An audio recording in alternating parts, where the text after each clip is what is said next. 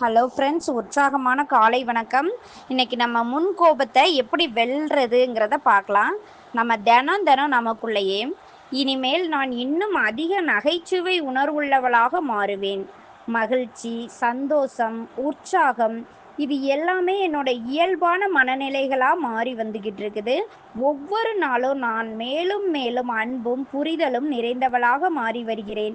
என்னை சுற்றியுள்ள அனைவருக்கும் நான் இப்போது உற்சாகம், நல்லெண்ணத்தின் மையமாக மாறி என் நல்ல மனநிலையால் அவர்களை தொற்றிக்கொள்வேன். இந்த மகிழ்ச்சியான, சந்தோஷமான, உற்சாகமான மனநிலை இப்போது என்னுடைய இயல்பான, இயற்கையான மனநிலையாக மாறி வருகிறது.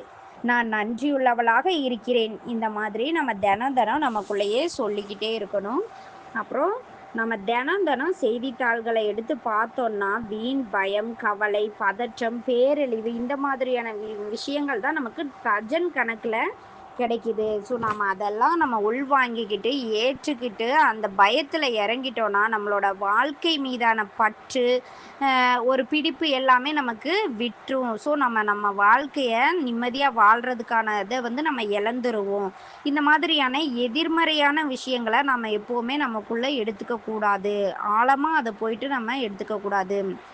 அது நமக்கு நல்லது இல்லை. அழிவுகரமான எண்ணங்களை எல்லாத்தையுமே நம்ம எப்போவுமே எதிர்கொண்டு தான் ஆகணும்.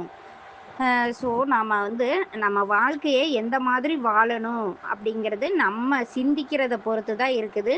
ஸோ நம்ம நினைவில் கொள்ள வேண்டிய விஷயம் என்னென்னா, தேர்ந்தெடுக்கும் திறன் நம்முடையது. வாழ்க்கையை தேர்ந்தெடுங்கள், அன்பை தேர்ந்தெடுங்கள், ஆரோக்கியத்தை தேர்ந்தெடுங்கள். நன்றி. ஹலோ ஃப்ரெண்ட்ஸ், உற்சாகமான காலை வணக்கம். நல்லதே நினையுங்கள், நல்லதே நடக்கும். என்னால் இதை வாங்க முடியாது என்று நீங்கள் சொன்னால் அது உண்மையாக இருக்கலாம். ஆனால் அதை சொல்லாதீர்கள். அதை நான் வாங்குவேன், என் மனதில் ஏற்றுக்கொள்கிறேன் என்று உங்கள் மனதிற்கு ஆணையிடுங்கள்.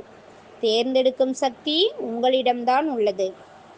ஸோ கூட்டுறவாக, மகிழ்ச்சியாக, நட்பாக, அன்பாக இருக்க தேர்ந்தெடுங்கள். தேர்ந்தெடுக்கும் திறனே நம் மிகப்பெரிய சக்தியாகும்.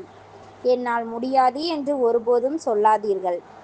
என் ஆழ்மனதின் சக்தியால் என்னால் எதையும் செய்ய முடியும், என்னால் எதையும் சாதிக்க முடியும் என்று நம்புங்கள்.